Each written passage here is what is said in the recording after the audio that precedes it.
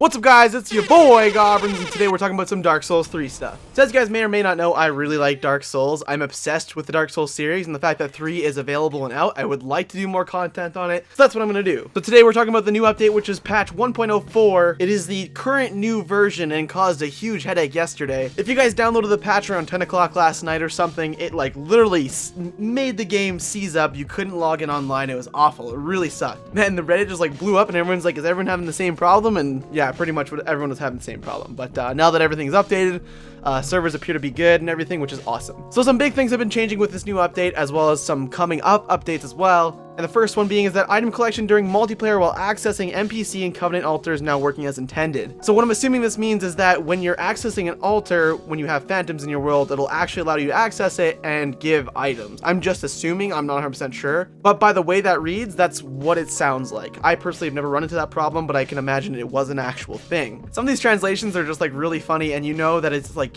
you know, translated to the best of their ability at least. But the next one is conditions for optional events is eased. What this means, oh man, what does that even mean? What is conditions for optional events is eased?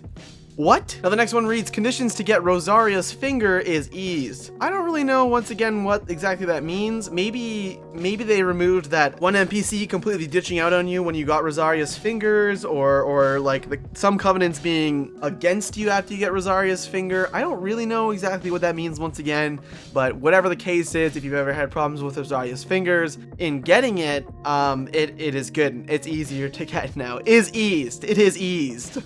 Now the next one reads funny too. It says if they haven't visited the untended grave, players will not be teleported there. Now, I don't really know exactly what that means either. I'm assuming what happened for some people is when they teleported to Ayudex Gundy, it teleported them to the untended grave version of him. Now, if you guys haven't accessed that, then don't even worry about it. But obviously, for those players that are aware of what that is, that's, you know, that would be unfortunate to just be trying to go to Ayudex Gundy and then all of a sudden, oh, untended graves. Hey, how's it going? You know, like, once again, I don't really know how that happens or how that works, but apparently it's a problem and they patched it. Kicks cannot be parried. Oh, fuck yeah. Okay. So that was a problem. That was an actual thing. Your kicks could sometimes be parried. And it was weird and it was not a thing and it shouldn't have been a thing. And now kicks cannot be parried. I'm sorry. The Crystal Sage will appropriately reappear even after he has warped. So once again, I'm assuming a problem with just a boss. Once again, I'm just assuming on this one, but I'm gonna guess that maybe someone was doing Crystal Sage, like the boss, and he would not reappear and only his crystal duplicates would reappear. I don't really know. I'm just assuming, not too sure. And that's not all for bosses. The Dragon Slayer armor won't die before battle. Once again, that's never happened to me, but I'm just guessing that some people walked into Dragon Slayer armor and all of a sudden he dies, which would have been awesome, would have been super cool, except for the fact that you're going to experience the fight, but that is now patched and fixed, so that's good. Night Slayer Sorig will no longer gesture unintendedly. Did he ever gesture to you while you were fighting with this stupid ass, big ass sword? I don't know, that guy sucked anyways, that guy was an asshole. I would actually rather that dude gesture in front of me so I could go in for like a backstab or something, fighting him next to that lava, because that shit sucked. Sigurd or Katarina will now be able to properly rescue Gurate once conditions are met. Once again, probably another glitch in someone's playthrough. I didn't have that glitch happen. My Sigurd was able to free Gurate, so, you know, that's good.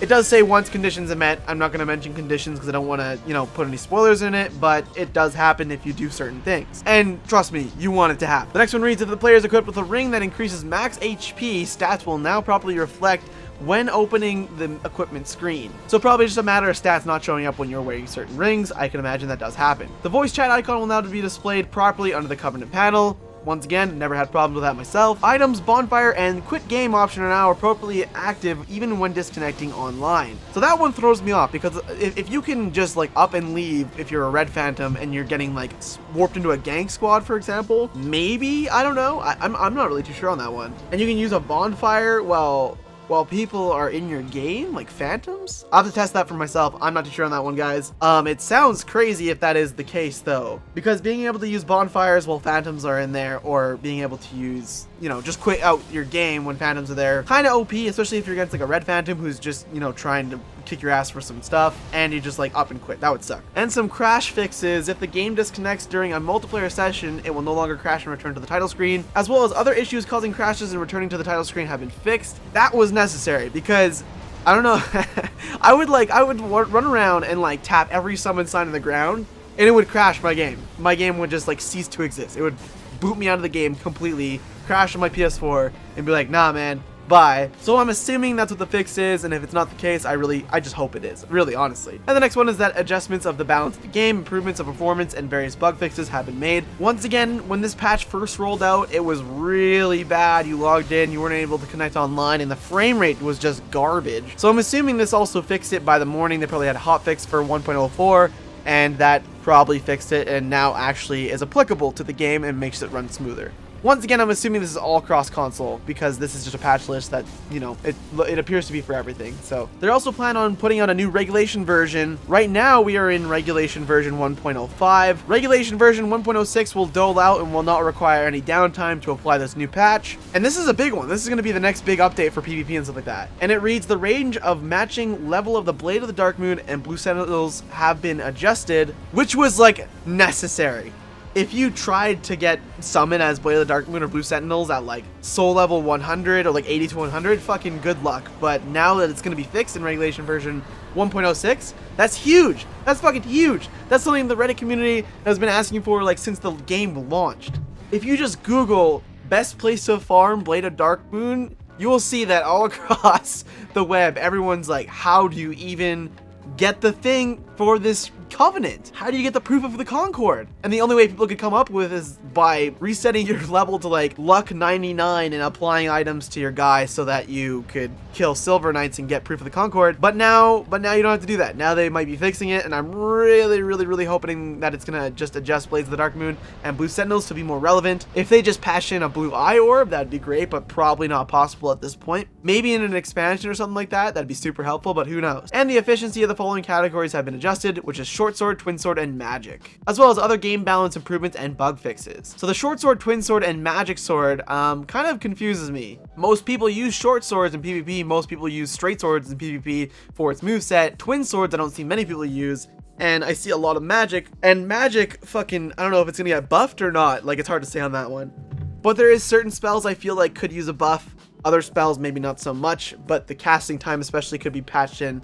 I don't really, like, once again, they don't get into detail on these patch notes. This is like, I'm just reading off the list. I'm really not too sure exactly what it means. I'll have to do some testing once this patch fully doles out for 1.06. Once again, we're only in 1.05, so I'm not too sure. And that's essentially everything that's in this new patch / update. Once again, keep an eye out for regulation version 1.06, where hopefully they'll be adding more PvP stuff and making Blue Sentinels and Darkmoon Blades actually relevant. That'd be awesome at higher levels, of course. So yeah, so that's all the news I have for today, guys. As I always say, drop a like for your boy Goblins, and I'll be back here with more Dark Souls content. So stay tuned, stay subscribed, and I'll talk to you guys later. Peace out.